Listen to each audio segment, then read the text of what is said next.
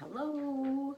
I'm hoping most of you know who I am, that I have a over 35-year experience in the sport, and I'm definitely passionate on teaching things correctly and definitely known as a technical coach. So that's my expertise at the moment, and I'm going to talk to you about how I simplify sculling and just have some key principles. I'm trying not to talk too long so you'll be able to hear this.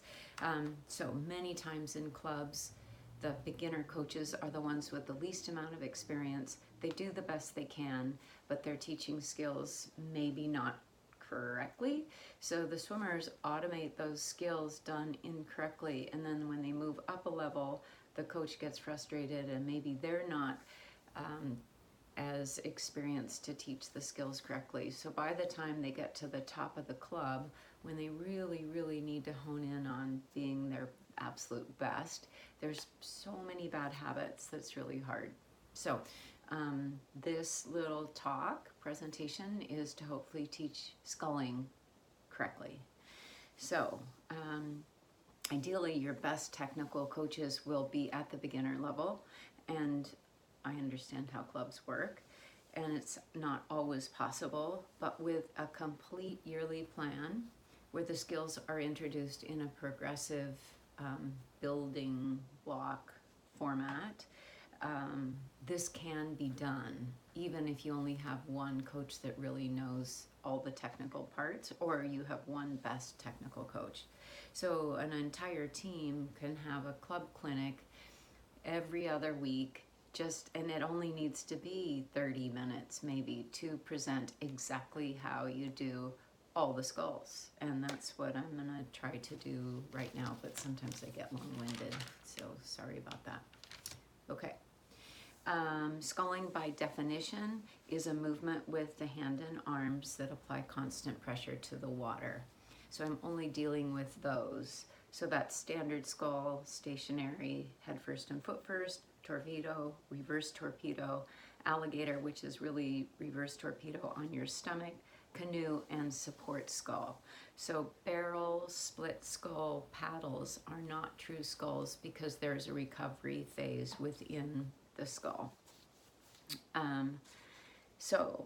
The only reason why I always tell people that is you take a torpedo that is done incorrectly, and it might look like this, right? And it feels so good because you've got this major push, two hands at the same time, and they chug along the pool like this, so it's not so good in a routine or even figures.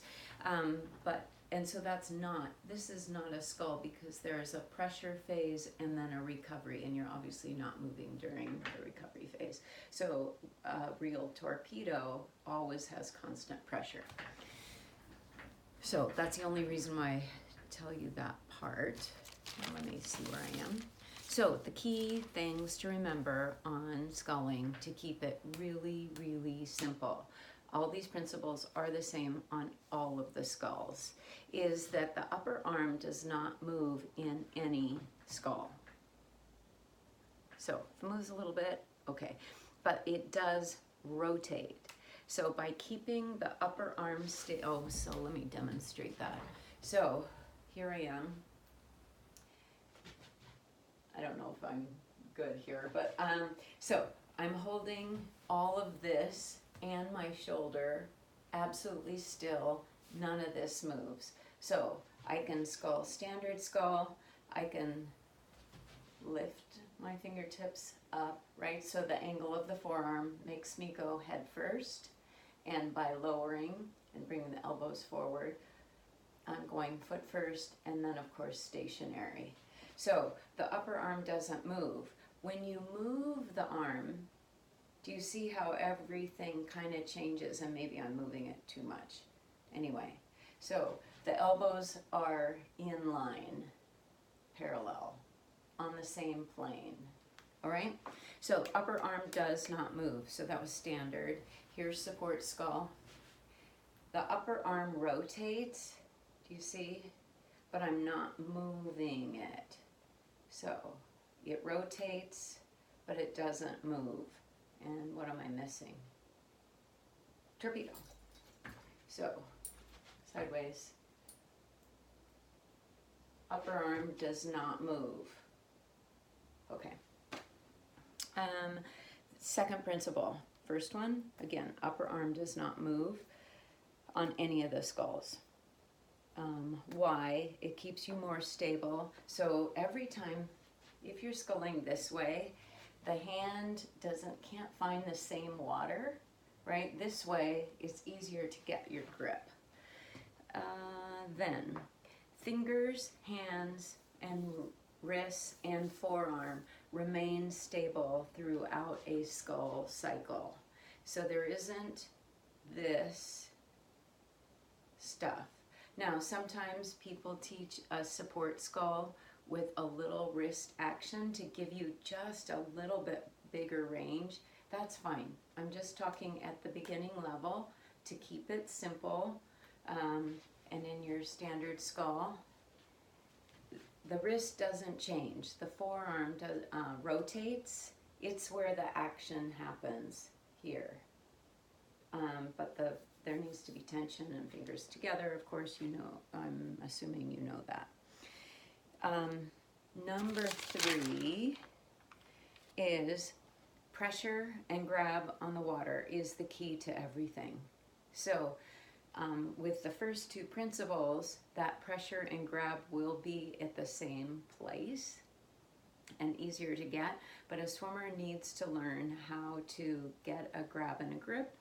And there's lots of really, really fun ways to teach that, like moving sand, and I'm sure you all have a bunch of those, and maybe we can make a list if you don't know what I'm talking about. But you want to maximize the amount of force there. Okay, I'm looking for my next point. Speed and pressure and range. So my premise is the larger the range. So on support skull, I teach a touch in the front only for tactile reasons, but it also, or not only, because it also increases the range. So I can go to here without changing my shoulder angle. So I have basically a 90-degree range. So when I'm holding a crane position, I can go fairly slow, but as I'm lifting my leg, I can speed it up and shorten the range and increase the speed, which will give me more lift. I hope that makes sense. All right. But if you have somebody, this is a normal support skull that I see pretty regularly, the range is like less than 6 inches. So for them to increase, they can increase the speed, but they will decrease the range. I hope that makes sense. All right, so that's principle number 4. And let me see what's next. Level change. Level change I learned from a great coach named Mary Tope. And I had been coaching and swimming for over 20 years before I understood this. So level change is talking about what the water level is on the hands. So basically the level on any skull is always the same. The hands don't push down. It's always a parallel. Do you see action? It doesn't push down. All right. The reason why you do press down and have level changes are, think of from a back layout to a bent knee position. So there's no level change, but the speed and the pressure increases to achieve the lift. If they do a level change, which maybe I don't look good doing this, but that's what happens, right? Then there's no recovery from that. So it may work for a bent knee, just this action, because they can press up and then they can recover back. But when they start doing a flamingo bent knee, which I think is my best example, is if the water level stays the same from your back layout, but of course the skull is nice and slow, you're holding your body up by yourself, just minimal sculling and pressure is needed. But then you lift up your knee and increase your speed, and then lift lifted, still more pressure. Then you go into your flamingo. You want your hands fairly close to the surface so that when you do your unroll, you'll be able to press and get that's a level change, which gives you pressure and lift. So that's pressure and lift. So level change is good. You need it. Think barracuda. So, but for a barracuda thrust to be effective, you need the arms at the highest level they can go so that whoosh, they've got lots of level change. The bigger the level change, the higher the lift, the amount of lift. So hopefully that's made sense to you. I think I might be missing one thing. But I think that's enough for, so if you just show, again, upper arm doesn't move, hand, wrist doesn't move. It makes it the easiest possible to teach. They're all the sculls. All the sculls are the same. All right, hope you have a great class, and I'll see you all when I see you. Okay.